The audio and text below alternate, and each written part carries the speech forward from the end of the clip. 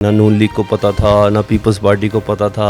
अचानक अनवारुल काकड़ एक सेनेटर थे, वो आ गए। ये सब और सब आई वॉश है जो आपको और आवाम को देने के लिए। अनवारुल काकड़ साहब का नाम बता दूं कि वो इतने मासूम नहीं है जितने वो दिखने की कोशिश करते हैं। औलाद का ना बाप को पता होता है, और जो बंदा हुई बाप पार्टी का बुनियादी रुकन तो उसको खुद ही अपने आप पता होगा। एक जरदारी सबके ऊपर भारी, तो जरदारी साहब मैन ऑफ मिरेकल हैं, कोई मुआवजा कर लेंगे। मुआवजा ही करके इमरान खान को निकाला ना उन्होंने। जरदारी हाउस या बिलावल हाउस कराची के अंदर मुलाकातें शुरू हो गई बलूचिस्तान की पार्टियों की अचानक से, जिसमें बाप पार्टी के रूहे रवां ये सारे भी थे, जाम कमाल भी थे, और ये भी थे जो बड़े बड़े दुबई प्लान चल रहा था, उसमें भी जाम कमाल और अनवारुल हक काकड़ नवाज शरीफ साहब से दुबई में मिले थे। अस्सलाम वालेकुम, मैं हूं आपका होस्ट अब्दुल रहमान। मेरे साथ सलमान हैदर साहब मौजूद हैं। आज हम इनसे जानेंगे कि जो हमारे केयर टेकर प्राइम मिनिस्टर आए हैं अनवारुल हक काकड़ साहब, उनके बारे में और सियासी सूरत हाल कैसी है, आने वाला वक्त सियासत में क्या पेशरफ्त करेगा, क्या हालात होंगे। तो सलमान हैदर साहब, पहले तो हमें वक्त देने का बहुत शुक्रिया। सर ये बताएं कि अनवारुल हक काकड़ साहब जो हैं सेनेटर थे, वो एकदम केयर टेकर प्राइम मिनिस्टर आ गए, ना नून लीग ने नाम दिया, ना पीपल्स पार्टी ने नाम दिया, तो ये नाम कहाँ से आ गया? पहली बात तो आपका बहुत शुक्रिया कि आपने मुझे इस काबिल समझा कि मैं आपके प्लेटफॉर्म से कुछ बात कर सकूं, और दूसरी बात ये कि मुझे प्यार आ रहा है आपकी मासूमियत पे कि ना नून लीग को पता था, ना पीपल्स पार्टी को पता था। अचानक अनवारुल हक काकड़ एक सेनेटर थे, वो आ गए। ये सब और सब आई वॉश है जो आपको और आवाम को देने के लिए। और अगर आप थोड़ा सा डीप डाउन जाएँ तो ये सारी चीज़ें बहुत हद तक क्लियर हैं। सबसे पहले मैं अनवारुल हक काकड़ साहब का नाम बता दूं कि वो इतने मासूम नहीं है जितने वो दिखने की कोशिश करते हैं। और वो अचानक कैसे आ गए, तो उनका क्या क्राइटेरिया था। पहली बात, औलाद का ना बाप को पता होता है, और जो बंदा हुई बाप पार्टी का बुनियादी रुकन तो उसको खुद ही अपने आप पता होगा, या उसको पता होगा जिसने बाप बनाया। तो ये तो सारे सवाल उनके हैं कि वो बताएंगे कि ये अचानक से कैसे आ गए। हाँ, रही बात मुस्लिम लीग नून को नहीं पता था, पीपल्स पार्टी को नहीं पता था, सबको पता था। अब मैं आपको थोड़ी सी टाइमलाइन अगर आप कहें तो मैं आपको बता देता हूँ। आज से 1.5-2 महीने पहले अचानक से एक शोर उठ गया था कि अब की बारी वज़ीर आज़म बिलावल भुट्टो होंगे। आपको भी याद होगा, हम सब हैरान कि जो पार्टी एक सूबे तक महदूद हो और सूबे के भी शहरी इलाके में ना हो, और फिर जिस तरह का कराची का बल्दियाती इलेक्शन भी हो गया, मज़ीद नफ़रत और कदूरत बढ़ गई थी। उसके बाद वो पार्टी पूरे पाकिस्तान में रूल कैसे करेगी। मगर एक जुमला हमेशा से रहा है कि एक जरदारी सबके ऊपर भारी, तो जरदारी साहब मैन ऑफ मिरेकल हैं, कोई मुआवजा कर लेंगे। मुआवजा ही करके इमरान खान को निकाला ना उन्होंने, तो इस बारी भी वो कुछ ऐसे ही मुआवजा कर लेंगे। तो हमने कहा अच्छा यार कुछ शायद ऐसा हो सकता है। ऐसे में हमने देखा जरदारी हाउस या बिलावल हाउस कराची के अंदर मुलाकातें शुरू हो गई बलूचिस्तान की पार्टियों की अचानक से, जिसमें बाप पार्टी के रूहे रवां ये सारे भी थे, जाम कमाल भी थे, और ये भी थे। और उन सब ने इस ख्वाहिश का इज़हार किया कि हम अपनी जमातों को पीपल्स पार्टी में जम करना चाहते हैं। इल्हाक की बात नहीं हुई थी सर, जम करना चाहते हैं।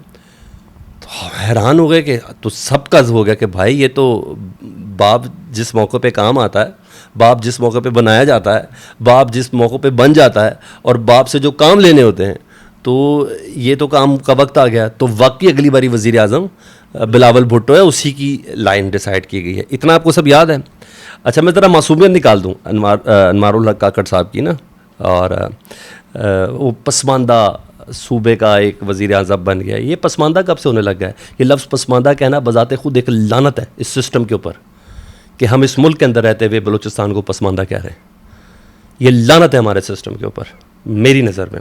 अच्छा, बहरहाल दूसरी चीज़, उसके चंद दिन बाद ऐसा हुआ, अनवारुल हक काकड़ और दूसरे साहब, उन सब ने ये कहना शुरू कर दिया, जाम कमाल साहब ने, नहीं अब हम ऐसा करते हैं कि आपकी पार्टी में जम नहीं होंगे, बलूचिस्तान में पीपल्स पार्टी के साथ सीट एडजस्टमेंट कर लेंगे। ये बहुत बड़ा झटका था।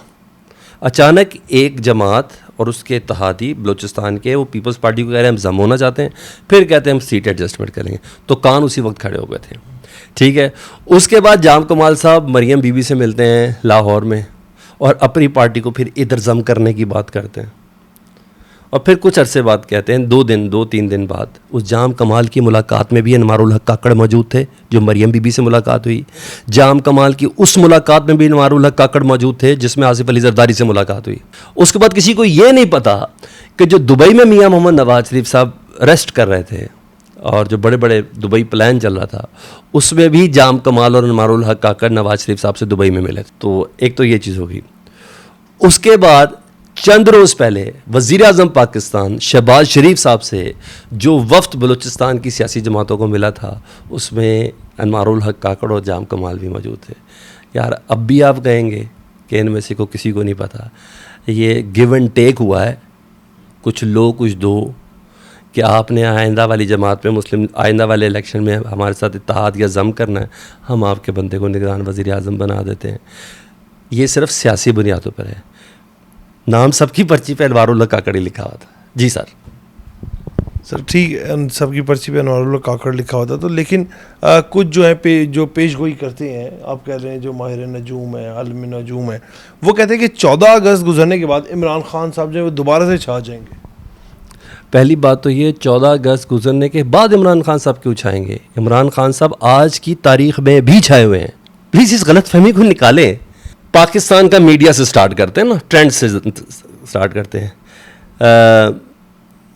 बुशरा बीबी के शौहर, कासिम के अब्बा, पीटीआई के चेयरमैन, इनको निकाल दें। है क्या आपके मीडिया के पास? अच्छा जी, कोसने ताने तिशने नून लीग के पास इमरान खान को देने के अलावा है क्या उनके पास?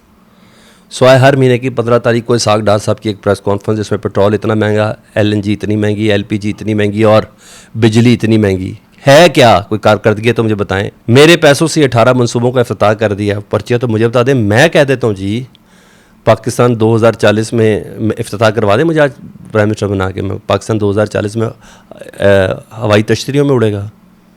इससे क्या है?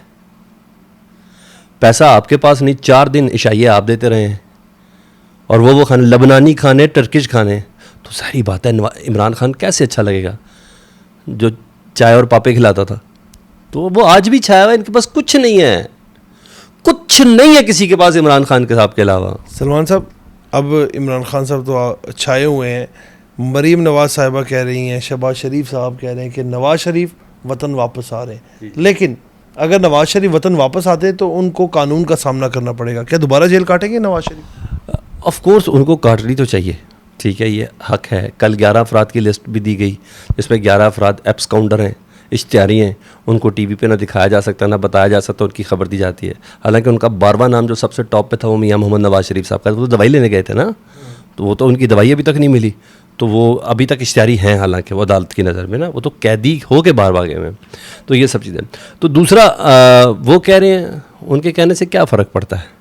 ना ही ये मरियम ने डिसाइड करना है, ना ही ये नवाज़ शरीफ ने डिसाइड करना है, ना ही ये शहबाज शरीफ ने डिसाइड करना है। फिर किसने डिसाइड करना चाहिए? जिन्होंने डिसाइड करना है वो ही बताएंगे कि नवाज़ शरीफ साहब आ सकते हैं या नहीं आ सकते। मेरी नज़र में उनको जिस तरह इमरान खान साहब के ऊपर एतबार नहीं, उनको नवाज़ शरीफ साहब के ऊपर भी एतबार नहीं। सर, आने वाले मुस्तकबिल में आप बिलावल भुट्टो जरदारी की और मरीम नवाज़ की सियासत में क्या किरदार देखते हैं? बिलावल की आखिरी तकरीर कि खुदा के वास्ते वो काम करें जो पिछले 30 साल से आप सियासत करें, अगले 30 साल उस तरह की सियासत ना करें, मेरा और मरियम बीबी का थोड़ा ख्याल रखें। मैं यही कह सकता हूँ। किस तरह का ख्याल रखवाना चाह रहे हैं? ख्याल रखते हैं इस्टेब्लिशमेंट के साथ बुला के रखें, आपकी मेहरबानी, हमने भी कोई काम करना है, आपकी मेहरबानी, प्रोफाइल हमारा थोड़ा बेहतर हो जाए, आपकी मेहरबानी। अपने बाप को भी कह रहे हैं और बाप के इस वक्त के बेहतरीन दोस्त को भी कह रहे हैं। जूतियों में दाल बंट रही है, मगर थोड़ा टाइम लगेगा अभी। शहबाज शरीफ साहब कहते हैं कि मैं एस्टेब्लिशमेंट की आग का तारा हूँ। क्या वाकई छोटे मियाँ साहब, शहबाज शरीफ साहब जो हैं वो एस्टेब्लिशमेंट की आग का तारा है? आग का तारा नहीं है, बल्कि स्टपनी है आप कह रहे हैं ना, क्योंकि डिग्गी के अंदर वो निकलते हैं ना। तो अगर तारा होते तो सामने होते ना, तो वो डिग्गी के अंदर निकलते हैं बकौल एजाजुल हक साहब। और वो तो हमेशा पैसे लेते हुए कहते हैं मैं पैसे लेता नहीं हूँ, लेकिन लेना मजबूरी है। तो इसलिए तारा नहीं है तो तारा बनना मजबूरी है। तारे हैं तो उन्होंने तारे दिखाए ना 15 महीने में पाकिस्तान को। जिस तरह के तारे पाकिस्तान को शहबाज शरीफ साहब ने दिखा दिए हैं, इस तरह के तारे अगले 40 से 45 साल बाद हमने देखने थे। जो महंगाई 15 दिन में हुई है, अगले 45 साल बाद होनी थी, तो वो उन्होंने दिखा दिए। और तारे तो उन्हें चमकते रहते हैं, ये सब चलता रहता है। मामला चांद का है। चांद कौन है? चांद की रोशनी पर जिनके वो तारे हैं, चांद की रोशनी बरकरार रहनी चाहिए। बहुत शुक्रिया सलमान हैदर साहब का। जैसे कि सलमान हैदर साहब ने आज हमें आने वाली सियासत में जो चीज़ें हैं उस बारे से भी आगाह किया, और इनका कहना यही है कि इमरान खान साहब जो है 14 अगस्त के बाद क्या, वो हमेशा से ही छाए हुए थे। अगर इमरान खान का नाम सियासत के मैदान से हटा दिया जाए तो सियासत के मैदान में खेलने के लिए कुछ भी नहीं रहेगा। इसी के साथ अपने मेज़बान को इजाज़त दीजिएगा, आपसे फिर मुलाकात होगी, तब तक के लिए अल्लाह निगहबान।